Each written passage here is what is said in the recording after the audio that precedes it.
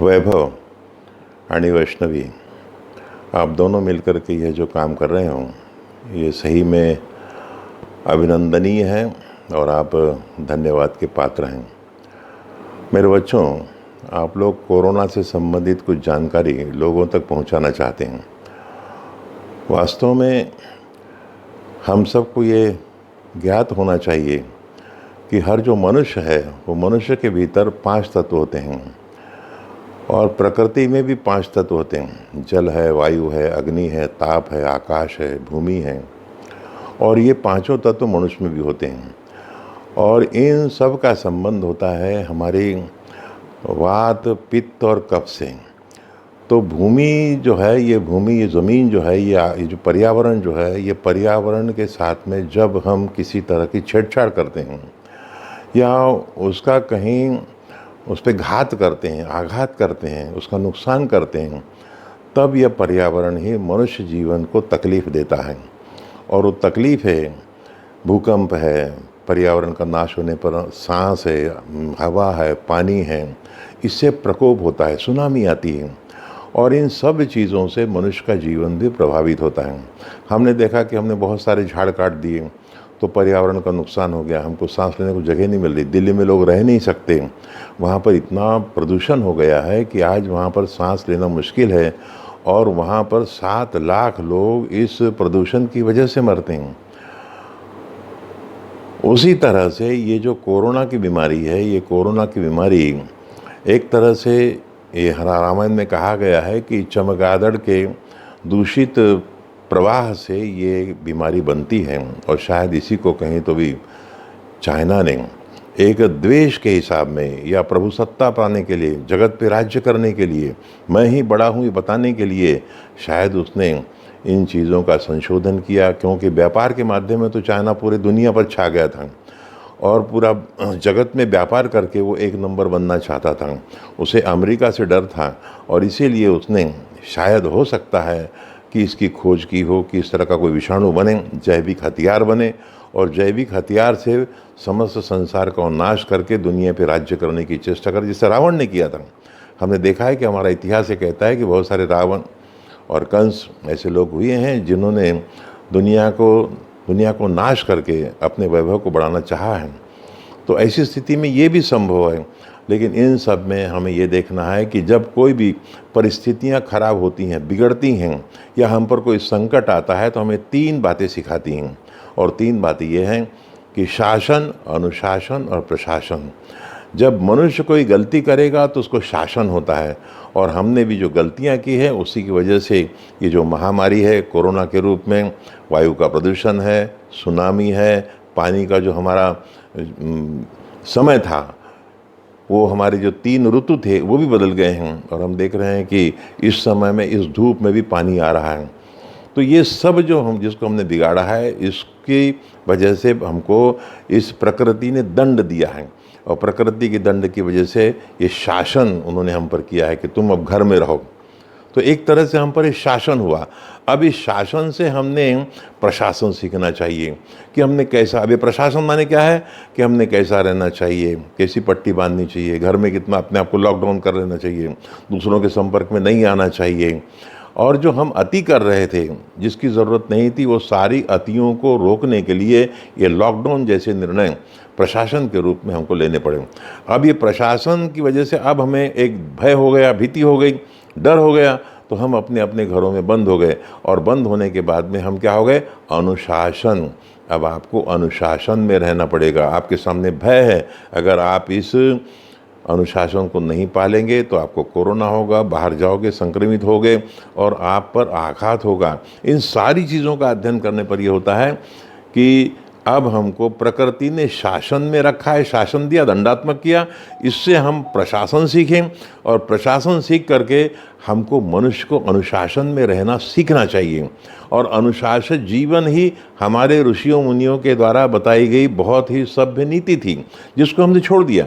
इन सारी चीज़ों को हम मानते नहीं हैं, लेकिन आज भी हम अब देखते हैं कि हमारे जो वेद हैं, पुराण हैं, शास्त्र हैं, वे हमें अनुशासन में रहने के लिए सिखाते हैं। अब इस समय में हमने क्या करना चाहिए, हमने योग करना चाहिए। योगेन चित्तस्पदेन वाचा मल शरीरस्य वैद्यकेन, योग से हर तरह का मैल निकल जाता है, इसलिए हमने योग करना चाहिए। नियमित होकर के सुबह उठना चाहिए और अपने जो प्रतिदिन के कार्यक्रम है उसको सभ्यतापूर्ण करना चाहिए।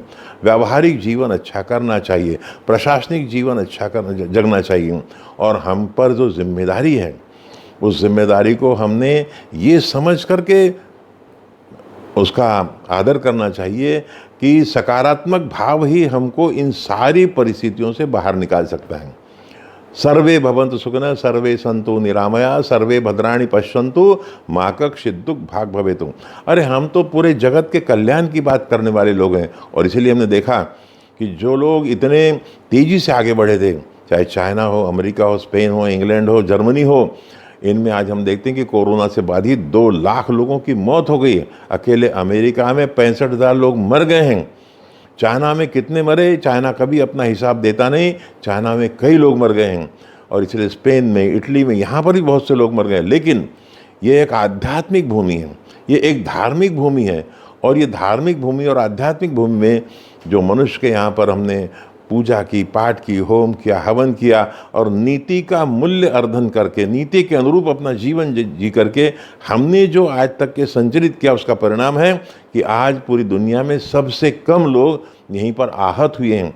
और हमारे देश में आज एक प्रधानमंत्री के रूप में एक ऐसा आदमी बैठा हुआ है जो सारे जगत को मार्गदर्शन कर रहा है, बता रहा है कि ऐसा करो, ऐसा करो, कब किस वक्त कौन सा काम करना चाहिए, थाली कब बताना चाहिए, संग कब बताना चाहिए और दिए कब लगाना चाहिए। ये हमारी आध्यात्मिक धरोहर है, जिस धरोहर को हम करने के लिए आज बाध्य हो गए हैं, क्योंकि हमारे सामने भय है। हमको लगता है कि हमारे जीवन पर इसका आघात होगा, इसलिए हम सब मान रहे हैं, और हम सब ने माना तो उसका परिणाम भी हमको दिखाई दे रहा है। और इसकी वजह से ये कोरोना का संकट भी जल्दी यहाँ से निकल जाएगा। बस इतना ही करें कि इस समय कोई भूखा न रहे, उसको खाना मिले, प्यासे को पानी मिले, उसको रहने को जगह मिले। और हम ये देखें कि ये संकट हम सब पर आया हुआ है, हम सब का फर्ज है कि जिससे जो बनता है वो सकारात्मक भाव से उन लोगों को मदद करे, सरकार को मदद करे, देश को मदद करे और अच्छी अच्छी बातें सोचें। अरे हमारे सामने रामायण सीरियल शुरू है, महाभारत शुरू है, अच्छे अच्छे सीरियल शुरू हैं। कुछ लोग इस पर भी टीका करते हैं, कहते हैं ये तो अफवाह की गोली है। लेकिन इस तरफ हमको ध्यान नहीं देना है, क्योंकि हमारे पास में टीका करने वालों की कोई कमी नहीं है। यहाँ टीका करने वाले अनेक लोग मिल जाएंगे, लेकिन सकारात्मक भाव से सबको मदद करने वाले, सहकार्य करने वाले, सबके प्रति अच्छा भाव रखने वाले, सोचने वाले बहुत कम लोग मिलेंगे।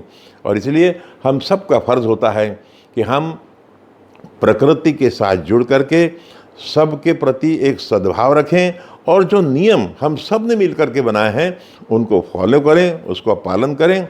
लॉकडाउन में रहें, मुंह पर पट्टी बांधें और बाहर न घूमें, जिसकी वजह से ये कोरोना का आया हुआ संकट, इससे हम मुक्ति पा सकेंगे।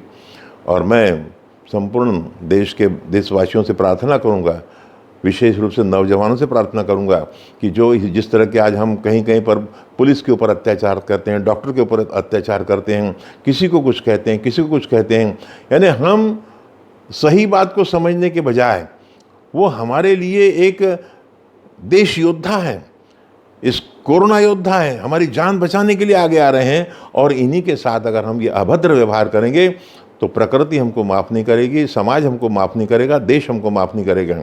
जिस तरह से एक सैनिक अपनी सीमा पर लड़ता है, उसी तरह से ये भी जो सैनिक है, ये भी जो योद्धा हैं, हमारे भीतर सामाजिक जीवन को सुव्यवस्थित करने के लिए लड़ रहे हैं।